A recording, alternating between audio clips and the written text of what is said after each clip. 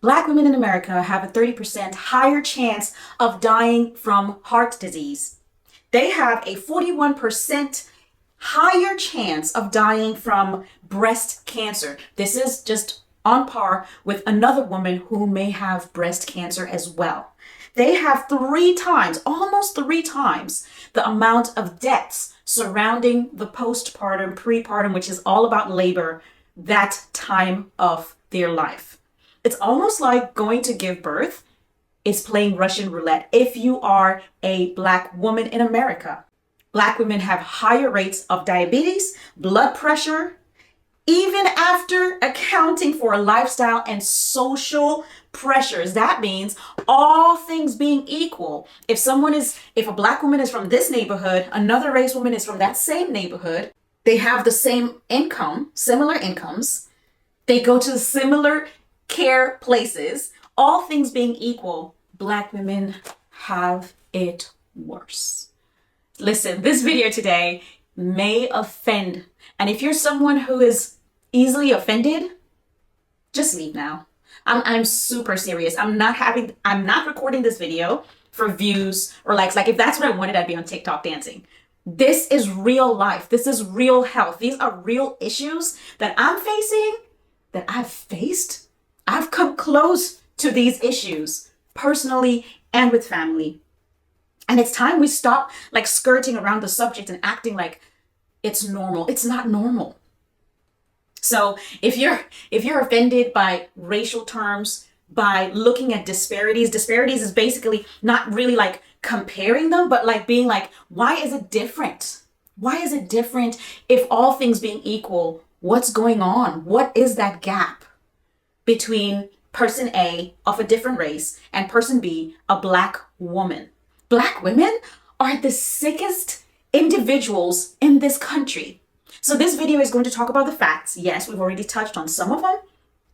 And then the second part, we're going to go into the why. Why? What does the research say? And by the way, I'm going to leave the links to all these research articles in the description. If you're a nerd like me, you're going to have not a fun time. Honestly, you're going to be mad. You're going to be boiling.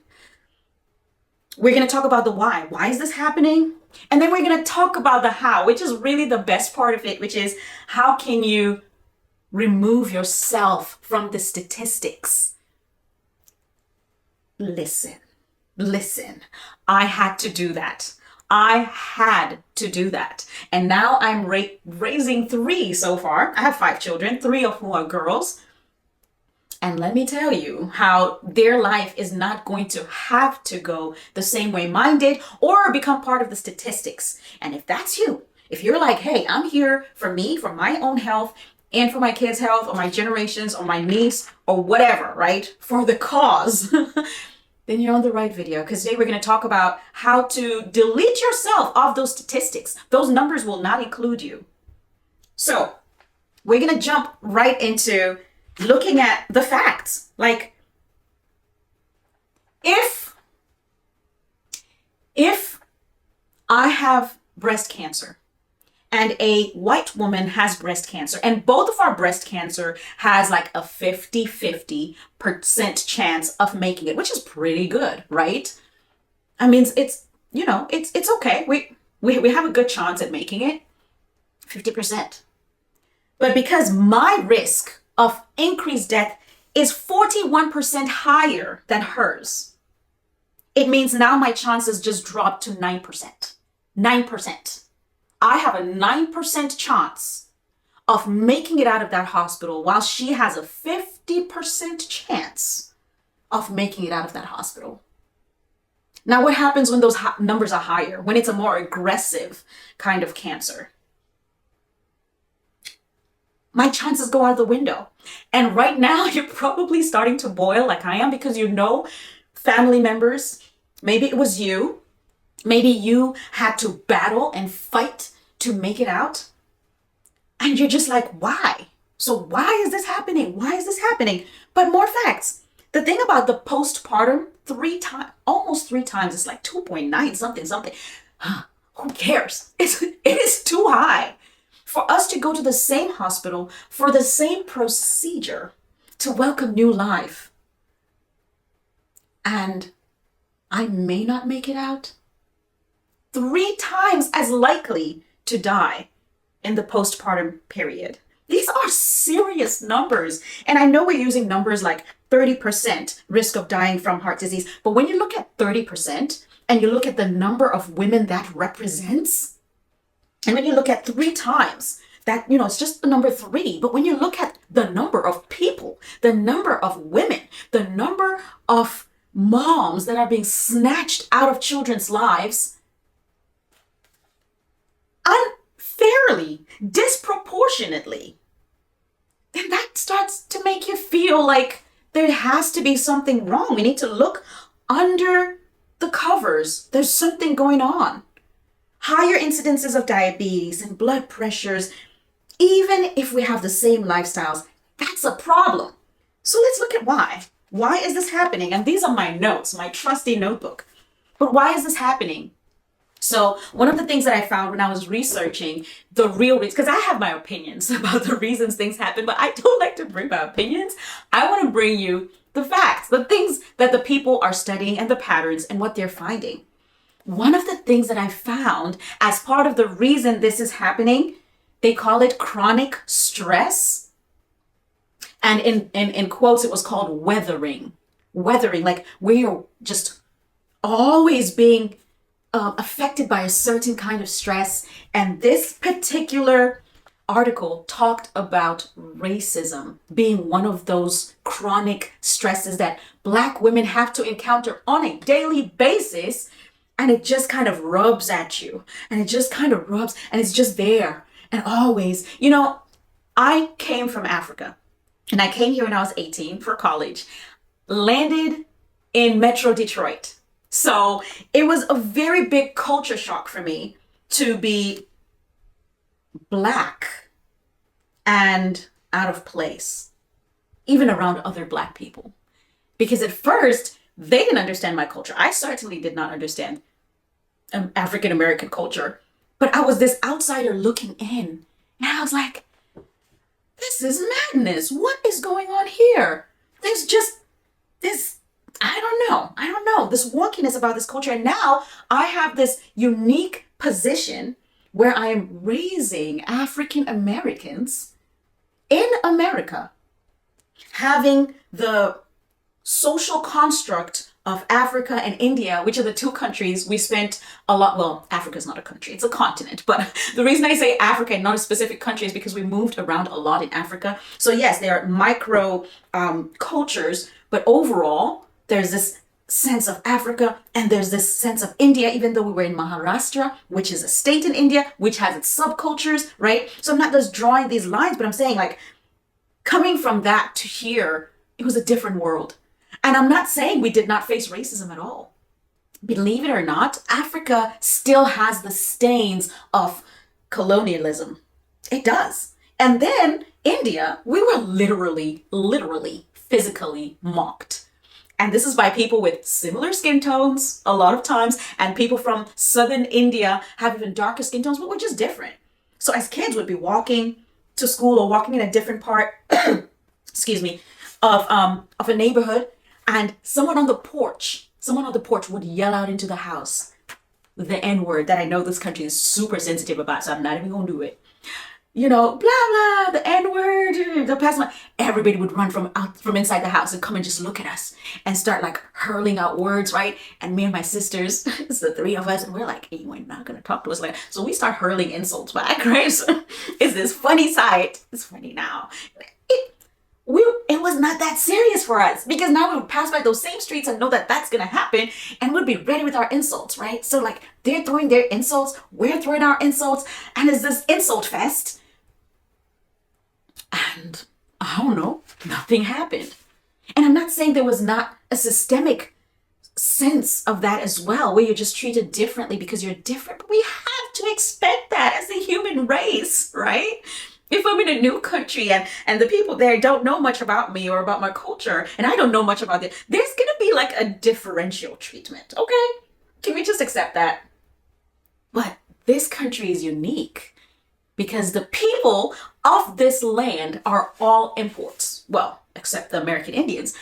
Everyone else is an import. So we have this strange culture of all of us being different, and yet there's still this deep thread of systemic racism. I have a super funny story, y'all. Listen, so we live in Kentucky, and I live in a sort of a ruralish area in Kentucky. Well, it's pretty rural. So we go to town, right, to get food and stuff. Just the other day, I was in Aldi. This had to be Friday. I was in Aldi shopping around with my kids, and this man comes up to us, and he's so beaming. He's just so happy. He's like, "Hey, beautiful family." I'm like, "Thank you. This has happened to me before." So now I'm like, "Oh dear, where's this going?" Because he doesn't end there.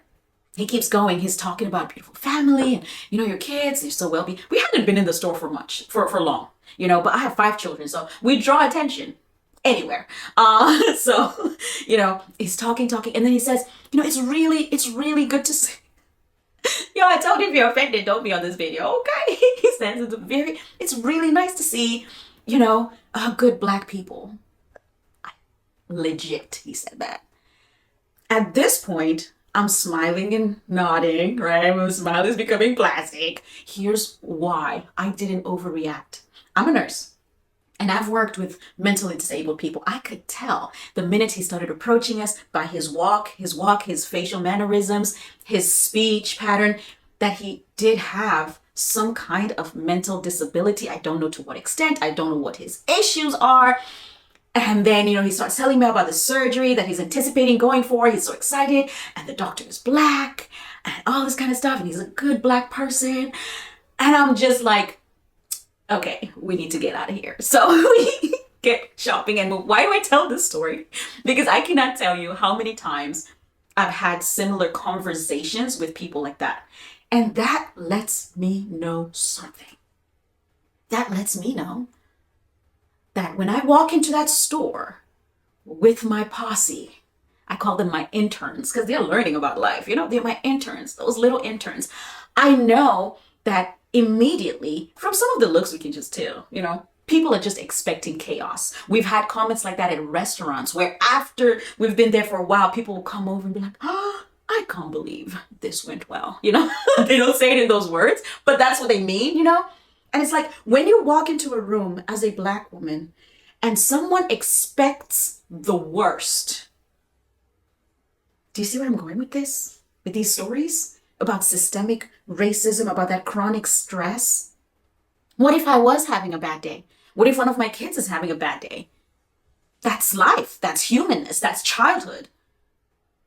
But if we dare have a bad day, now it's going to be, yep, that's what we expected. But how unfair is that? How many times are Black women not given a job or removed from their jobs or not allowed in rooms or not embraced in certain spaces and rooms because of these preconceived notions that just kind of appear when we appear? Like, I don't mind people coming up to me and saying I have a beautiful, I agree. I think my family is beautiful too. I think my kids are kind of nice. But if it has to be, hey, I think that, your kids are so nice and your family is wonderful because I didn't expect that from you, that's racism. That's systemic racism. Because you already made assumptions about me the minute I walked in. Negative assumptions. It's so painful to know that there are people out here who are just going through life. And it's just hard. And maybe they were never taught how to cope with comments, and they were never shown examples of how to be proper. I was raised in cultures where we were just properized. I'm going to make that a word. And some people don't have that. Some people feel like they should come and show up as real. And everybody does it, but we get punished for it. That's just one reason why. That chronic stress is cortisol. On this channel, I talk about hormones. And if you thought this video is not about hormones, you are so mistaken. This is all of it is hormones. Hormones are your blood chemistry. Hormones are the reason most people have strokes and heart attacks and high blood pressure and all kinds of manner of things going wrong with their bodies. Chronic stress, hormones. So now that cortisol spike is going to knock off up to 12 other hormones that I can show you and trace. That's crazy. Okay, that's just one. So the other one is something in the healthcare system called persistent implicit bias. Persistent implicit bias. And what that means, just in a nutshell, is stereotypes. So this is a crazy story. I don't like it. But I'm choking up and I haven't even started. When I was a student nurse, I did my mother-daughter, which is like postpartum, rotation learning at a hospital called Sinai Grace in Detroit. And it's on 8 Mile. And this hospital has mostly Black populations, based on placement and everything. Here is what happened. As we were learning about how to take care of these moms and these babies, do their assessments before they go into labor. We also took care of them after they came into labor. So we'd learn that continuation of care. Usually that's a different nurse set, but we had to learn. So we would do the assessments and ask them these questions on this questionnaire, like smoking, drinking, drugs, alcohol, sexual partners, all this kind of stuff, because we needed to know what to expect from not only the birthing process. If someone has been using drugs or alcohol, they're less sensitive to some of the medications and they need higher doses of medications. That's number one. Sometimes, especially like anesthesia and stuff like that. And if they have multiple sexual partners, we need to be very careful. Of course, we're going to do blood work, but sometimes you don't get that chance. If it's a super emergency, the blood work comes later. So then you have to give them antibiotics and all this kind of stuff ahead of time. All of this science jargon. But the point is, we were informed that when we asked these questions about drinking, about drugs, that we couldn't believe their story 100% if they presented a certain way. So if a woman comes in, she's a single mom, maybe she's younger, she's a little disheveled, she doesn't come in prim and proper, she's in labor. Okay. I've done it 5 times. I've not shown up 1 time prim and proper. Okay. But whatever. And she's, maybe with a grandma or something, she's not in a stable relationship. She's not maybe from a stable housing. Maybe she stays with an aunt or her grandma or her mama, whatever. That maybe her narrative about her life, about her drugs and alcohol use may not be true. So we have to cater for that. Yo, let me tell, this is like ingrained into the system. So when they do some of the medications, they have to think about that and say, okay, we've got to calculate the possibility of the lie. Here is the problem. Here's a problem. And it's like a 2-sided problem, because on one hand, some women would say, no drugs, no alcohol, no. Their baby would be born withdrawing from very serious drugs.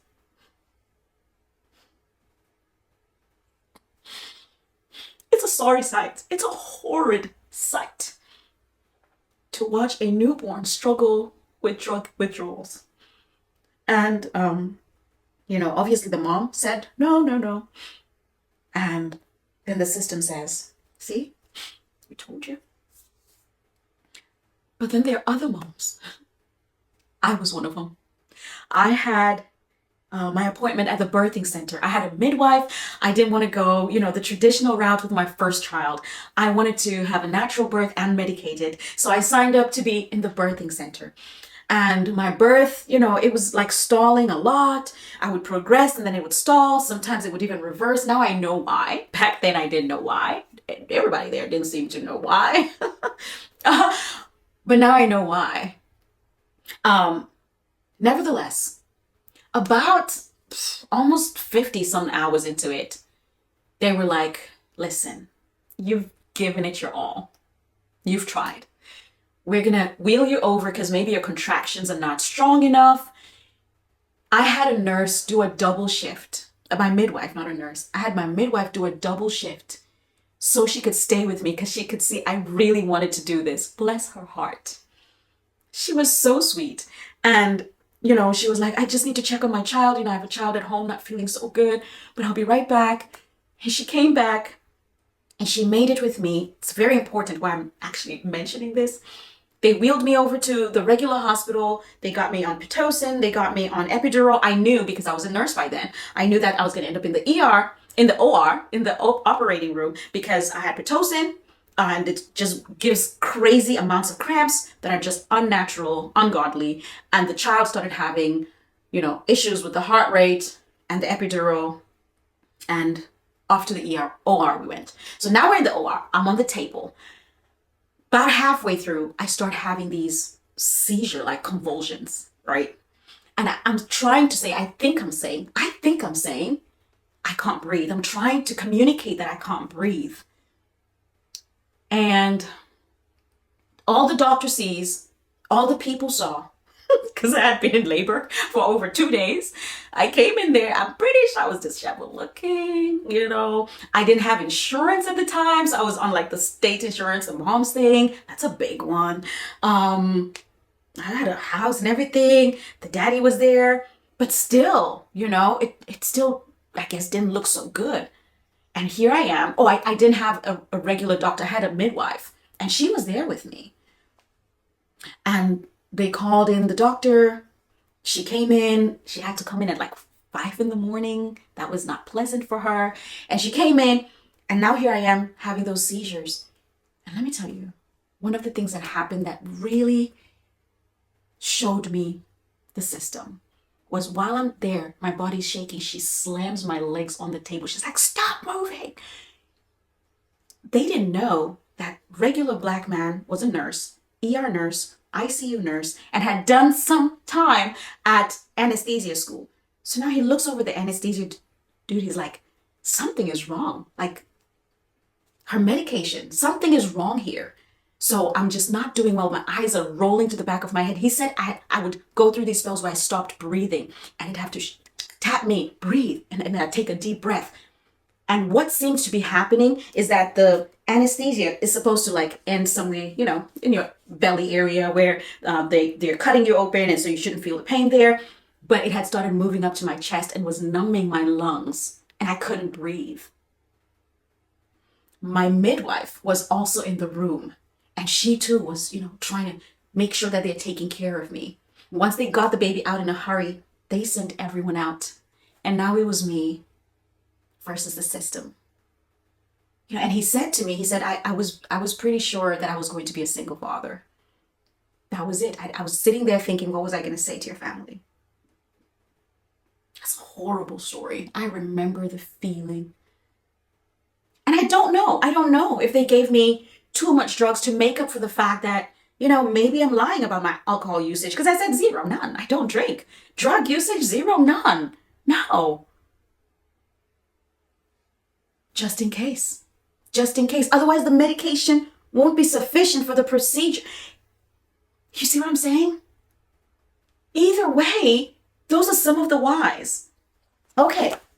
Implicit bias. Persistent implicit bias. Another reason, another why, is food insecurities. Food insecurities are basically just like, there are some neighborhoods where it's hard to find good fresh food. There's some neighborhoods that you actually have to drive a little ways out to go get food. In fact, when I was at Wayne State University, oh my goodness, a long time ago, it's just like 20 years ago, I guess, studying there, I was doing my pre-med there. And one of the things that we saw that was so crazy, my sisters and I, having come from a different culture, we just ate fresh food, and you could not find fresh food in the nearby stores. I hear things have changed now because downtown, they bougified it, and the fancy stores came, but it's still not accessible to the regular Joe. It's price-wise anyway. So I am not exaggerating. We had friends who would ask us, what's that? And I'm like, it's a tomato? Because when we're upstairs cooking, when you're tired of the dining room food, which is just super processed, sometimes we just make a fresher meal. What's that? It's a pineapple?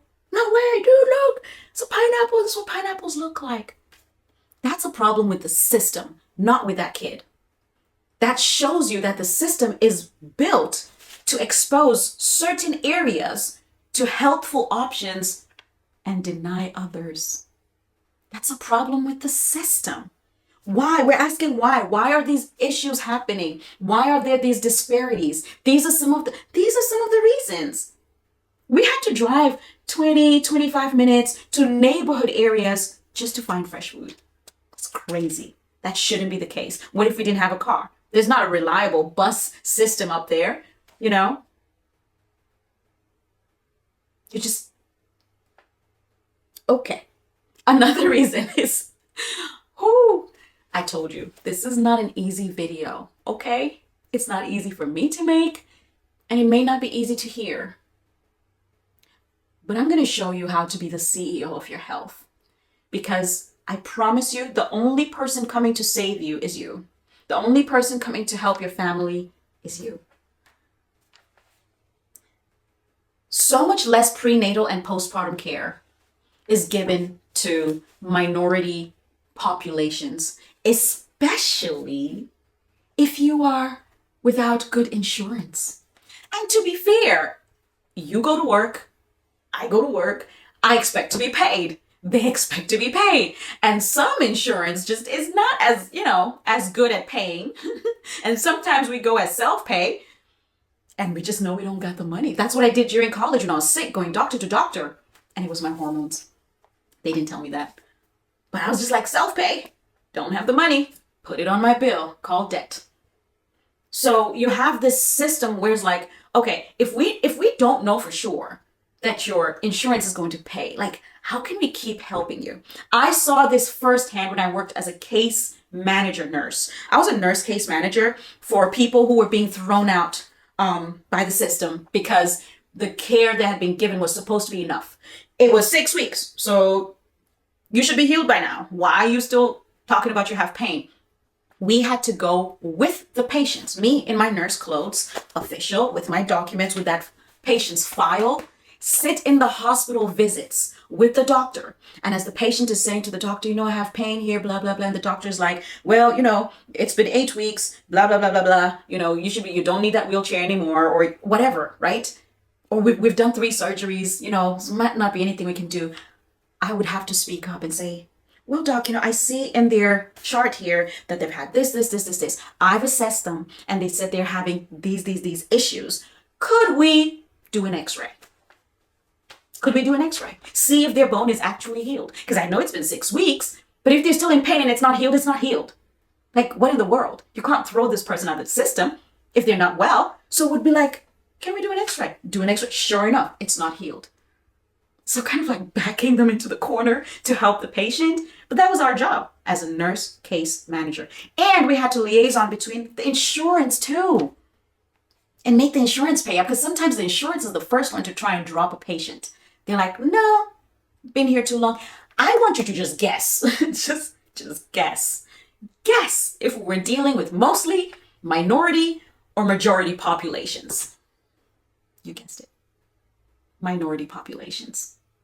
It was me representing mostly minority populations. This appointment, that appointment, this scan. Like, help this person. They're not done. They're not done being helped. And you cannot just throw them out. It's angering, you guys. And this was before I became a health coach, But now, like, I got to have firsthand experience in the system as a nurse who went through the system, but they didn't know I was a nurse. And I got treated a certain way.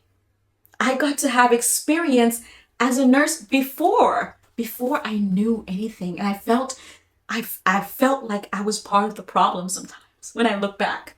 I was at a nurse's station as a student nurse when a doctor looked at their clock and said, it's taking too long. Prepare her for OR. It's taking too long. Really? Really? That mama's in there.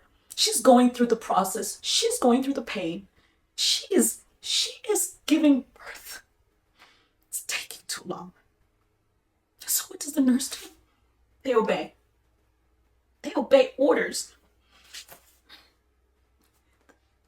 That in itself is a problem, but that's not the problem we're tackling today. That's a problem we're not going to fix. You are in charge of you. I'm in charge of me. Okay? And we can look out for each other. But let's not try and fix a system that we're not going to fight. Okay? But yeah, it's taking too long. So the nurse has to walk in and be like, well, based on this, we're going to have to do surgery. And wheel that mama off to the C-section, which just increases her chances of risk in the process. Black women have way more incidents of C-sections and not being given a peaceful birth experience. I have a cousin who's pregnant. I know I'm telling you guys so many stories, but I want to show you real life. I have a cousin who's pregnant, and she called me. And she just wanted to know, because I've had the emergency C-section, the not so emergencies. I've had the home birth with the midwife. I've had a free birth where it was just me and Jesus. Hallelujah. That was the best one. And I kid you not. And I wouldn't recommend that for her because it's her first time. And so I was just walking her through my experiences. And I said, you need to do your research and choose what's best for you and your husband. And, she was very appreciative. And then I remembered something. I said, pause.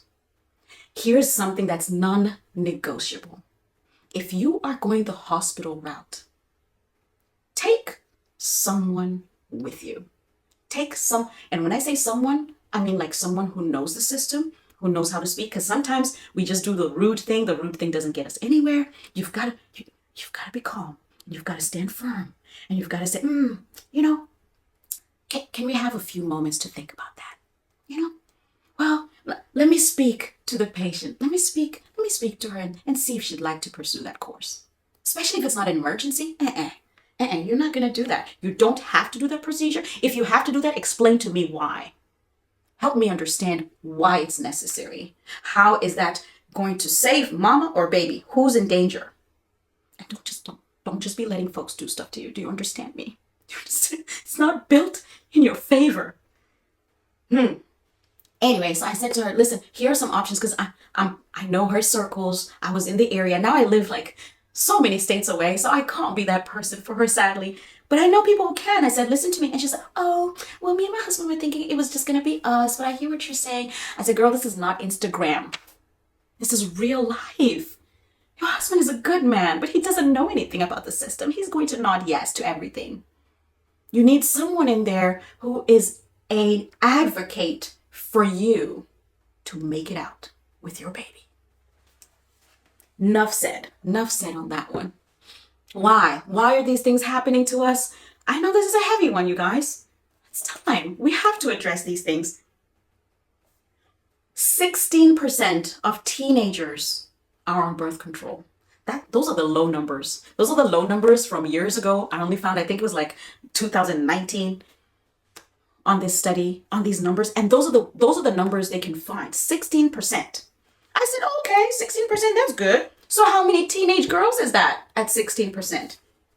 3,360,000. Now, does that number cause you to stir? Why? Why is the pill such an issue? The pill is one of the most diabolical pieces of medication. There, I said it.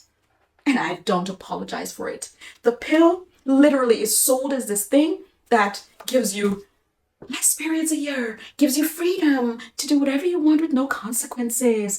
Oh, let's take off your acne, young girl. Oh, she's got bad cramps. Let's give her the pill. The pill, you guys, the pill messes with your inbuilt joy machine.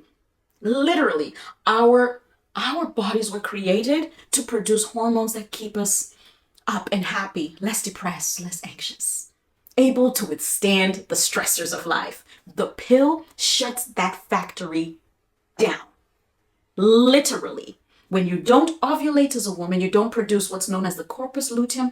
And when you don't have that thing right there is the progesterone factory. Progesterone is your happy hormone. It's literally called the happy hormone. It's not just the happy hormone, by the way. It's also like the mother of other hormones. It's the base structure on which other hormones are built. They shut that down. It's not like somebody doesn't know. I'm not a conspiracy theorist, you guys.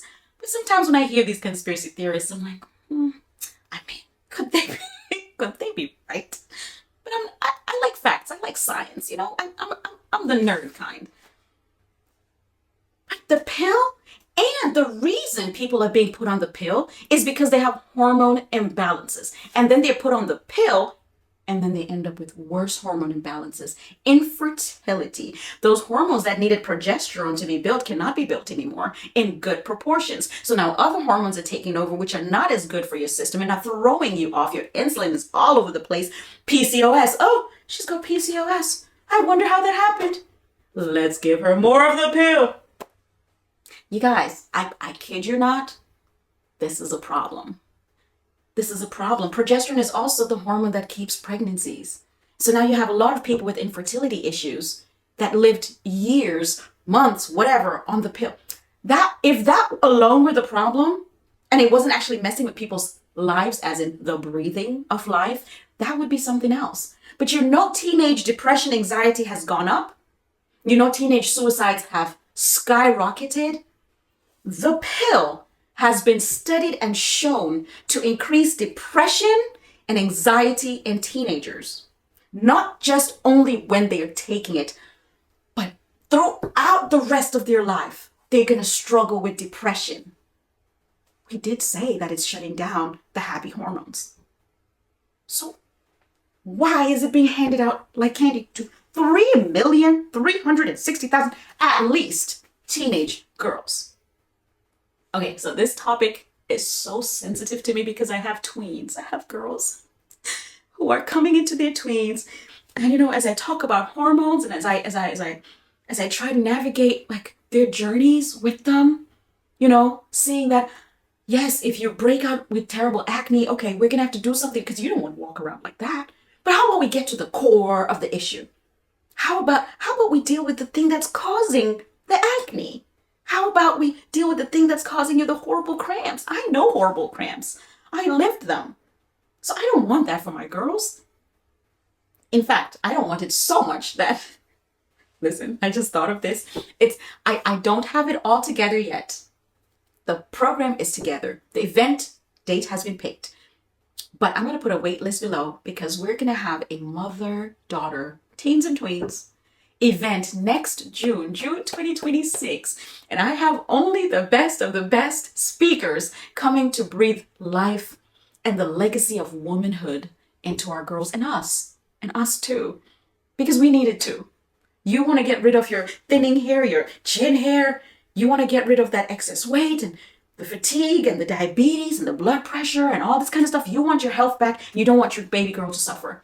Maybe she's already suffering with some of these things. I talk to moms whose 11-year-olds are pre-diabetic, not type 1, type 2. Overweight, struggling because of some of these systemic issues.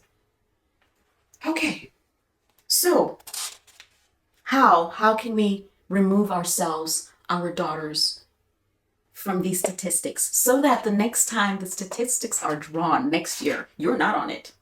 When they say X number of Black women have this horrible disease, you're not on it. It doesn't take long to remove yourself. And I know we've been sold this lie that it's in your genes. Listen, alcoholism may be in your genes, but you're not born stumbling and drunk. Do you know what I mean? You have to turn that gene on. You have to activate it. You literally have to drink to become an alcoholic. So there are things you have to do to become a diabetic, even if diabetes runs in the last 7 generations of your family. Don't fall for that lie. That lie disempowers us as people, as women, as human beings of all races. And certainly as Black people, we've been disempowered. It's like this tether. It's like this freedom, but you're not free because you're tied to a system that you rely on for life itself. Does that sound familiar? We've got to get ourselves loose. And health is one of those things that when you're tied to a system, you're tied to it. You're tied to it. But don't worry. It doesn't take long. It doesn't, believe me. Okay, you don't have to believe me, but do your research. Because I know you probably just met me and you're like, why should I believe you? Do your research. Also, if you want extra information, I have a masterclass coming up. I don't know when you're going to watch this video. July 23, it's live. Bring your questions. We're going to go into it. I'm going to tell you guys about, especially, there's two things, but there's a lot of things. But there's one habit that we've been sold in our daily lives that knocks off over 11 hormones. Just like that. It's like a domino effect. And again, hormones are your blood chemistry. Can cause diabetes. Diabetes is actually a hormone imbalance because insulin is one of your biggest, majorest, that's going to have to do hormones in your body. All right. Take a deep breath with me. How do you remove yourself from the statistics? How do you just unhook yourself from the system? It's crazy because one time I was in the village back in Africa and there was this feast going on. There was this big, I don't even remember what it was, but we would do this often, especially when we go to the village and, we'd then either kill a goat or a cow if it was a big crowd of people. And this time it was a huge amount of people. And they had killed some big animal, either a goat or a cow. I think it was a cow, but I don't remember. Okay. So, and then they killed some chickens and there was beans cooking and, the main thing, it's like this cornmeal thing cooking and there's greens cooking. All of this is going on, right? But the biggest buzz is around this one fireplace. Okay. Not around the big drums where the chicken is like boiling in oil. No. It's around this one fireplace where these adults, right? My mom and her people, her generation, her siblings, and everybody is like giggling and just excited in this one area here with sticks and this putrid smell from the it stunk so bad. Ugh. It's like the smell is stuck in my nose, really. But it was really horrible. But here they are, and they have these sticks, and on it there's these coiled things, and there are others over there with these buckets of water, and they're washing, and I'm like, what is that? They're like, these are the intestines, they're so good, and they're washing them. We're like, we have to wash them so many times. I'm like, what? Y'all know there's like meat over there, right? And there's like the chicken, and there's beans, and there's the greens. Why are you eating the intestines? Why are you eating the parts that we're supposed to throw away? Like send to the cats and the dogs to feast. And I'm like, oh. So someone explained it to me. They're like, when we were young, because we were little kids, we never really got to eat a ton of like the meat, you just get the stew. I had the stew and you get to taste it. But they'd let you eat the intestines and stuff though, the leftover stuff, And so there they are just like reliving that moment. This is called human behavior right here. Human behavior. That's what we all do. Now you don't have to eat it. It smells bad. Horrible. Let's be honest. That stuff stinks. You don't have to eat it. You can eat like this much steak and chicken. You don't have to eat that stuff anymore. Why are you still eating it? Why? Is that a good example? Because that stuff is so full of parasites. And you would really have to burn it to charcoal to get rid of all the parasites that animal was processing and getting rid of. It is all in its linings. Why are you eating that anymore? But that's the same question we have to ask ourselves about our lifestyle. Why do we do the things we do? Why, when we feel like we want to honor grandma, we make that pecan pie? Oh, that pecan pie has lots of memories. You can taste, and then when you eat it, you can kind of smell her scent, and you remember the things, how she used to move and the things she used to do, and she was so special. But that pecan pie also carries a lot of calories. My kids hate my rhyming. Oh, I've got one more. And it causes a lot of diabetes. Oof. Am I hitting too hard now? We've entered the how. How do you get yourself out of there? Personal responsibility. Listen, I was that person. Okay, can I be honest? I'm still that person. I've been that person who's just like salad. Ew. I don't like salads, y'all. I was a person who didn't like salads. I preferred my food very carby, very fried, very crusted with something. Like batter that thing, fry it. I don't care, like, let's eat it, very cheesy, very ooey gooey. Ooh, decadent. That's how I liked my food. And I could say, well, it's just my culture. But why should we be promoting cancer in the name of culture? Why should we be promoting diabetes? Why should we be encouraging and fanning the flames of hypertension and heart disease and stroke? Because it's our culture, or because it's a memory, or because it's what I've done since I was a child. I had to face that with myself when I finally found a way not for someone to finally, give me a diagnosis and some pills, but to say, I want to be free of this sickness. I don't want to live in a sick body. I want to love the girl I'm in. And I had to make some changes, a lot of changes. I know people who do the 80-20. They say, you know what? 80% of the time, I eat this way, I live this way. 20% of the time, I live that other way. That's up to you, however you want to slice it. I teach the people I coach, women I coach, I'm like, do what I've called it a wellness budget. I should totally trademark that thing. Wellness budget. It's you saying, okay, I've promised my kids every Tuesday after school, we pass by the ice cream shop. Oh, please don't take that away, Don't take that away. Put that on your wellness budget as that thing that drains your health. Just be honest about it. Be like, I eat that ice cream, but I know that sugar is not blessing me. Put that on your must-have, right? Put something on the other side to help mitigate some of that damage. And when you go to the ice cream shop, after all, maybe from a full scoop, go to like a half scoop or a quarter scoop. And if they don't do that, just eat a quarter of it and throw it away. Keep the tradition.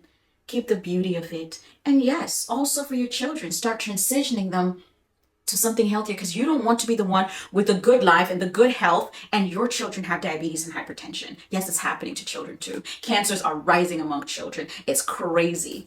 And meanwhile, the fast food industry is thriving. Do we really think they have our best interest at heart? They don't.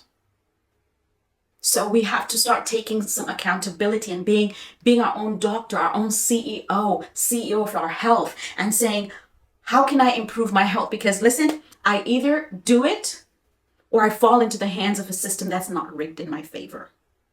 Life is rigged in your favor. The system isn't. You can be well. You can be well. So this is just about taking account. How much movement do you do? This is not a shame fest. It's not a guilt trip. But for the woman who's still sitting in this video, I know you're desperate and you want answers and you want real solutions, true and honest. This is what I've had to do. This is what I'm helping other women do for the last 9 years. And again, if you want to dive deeper, join the masterclass. Join the masterclass. You will be so glad you did. One of the ladies that I've been helping recently, she's been struggling with prediabetes and hypertension. And it's so crazy because the first time she called me, it was pretty critical. Her blood pressure numbers had been going up in the 200s. This is a huge problem, right? Chest pains, headaches. I'm like, you're very critical. This is not good. One time I gave her something to do and it dropped her blood pressure 15 points. And I was like, do you see that you did one thing? One thing. Cool. Uno más. Dropped your blood pressure 15 points. Do you know that your life can be comprised of these micro one things that will keep your blood pressure just exactly where it needs to be? Your blood pressure is not the problem because they medicate it and tell your body to be quiet. Silence. Your blood pressure is not the problem. The reason you're having your blood pressure shoot up that high is the problem. And it's different for everybody. It's different. Wellness has to be personalized. So here she is. And, she tried some other things. And she's a friend too. Friends can be problematic. I know you're watching me. They can be problematic sometimes. Because they don't take you super seriously. You know what I mean? And so she shows me her numbers and she's like, oh, I did this thing. I was like, I done told you not to do that. I love you. I want you to live. But you have to want to live more than I want you to live. I can show you how. I can show you how. Both as an advocate, as a nurse, and as a health coach. I can show you, and as someone who's had to do it for myself. I can show you how, but you have to want it, and you have to do it. So let's take care of that stress. Start feeding your mind well. Let's take care of your body.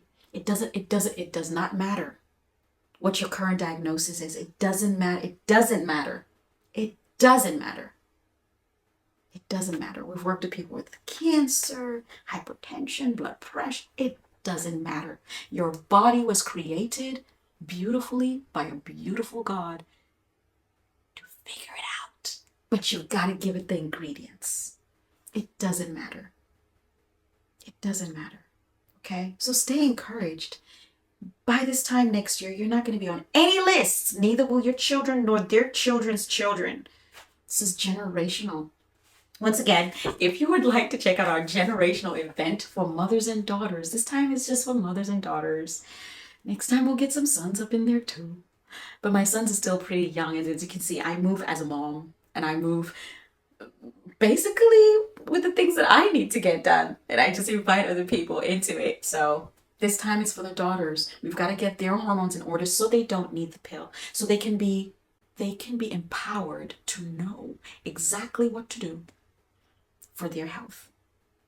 They're brilliant, and they're going to be healthy. And it's our job to be the example. All right, guys, this has been a pretty chill video. I've enjoyed spending it with you. Eat better, move more, say no to the idea that you are defined by sickness. You're not defined by sickness. You're not defined by sickness. Your culture is to be happy, to be wealthy, to be wise, to be healthy above all things, and to have good relationships. Anything that falls out of that, step out of it, or give it a corner. Make it your Sunday culture. Whatever it is, we all have our different things. So whatever it is, give it a corner and don't let it run your life. All right, mamas. All right, ladies. All right, girls. I'm always talking to the mamas because I'm a mama. I've enjoyed hanging out with you, and I will see you in the next video. Bye.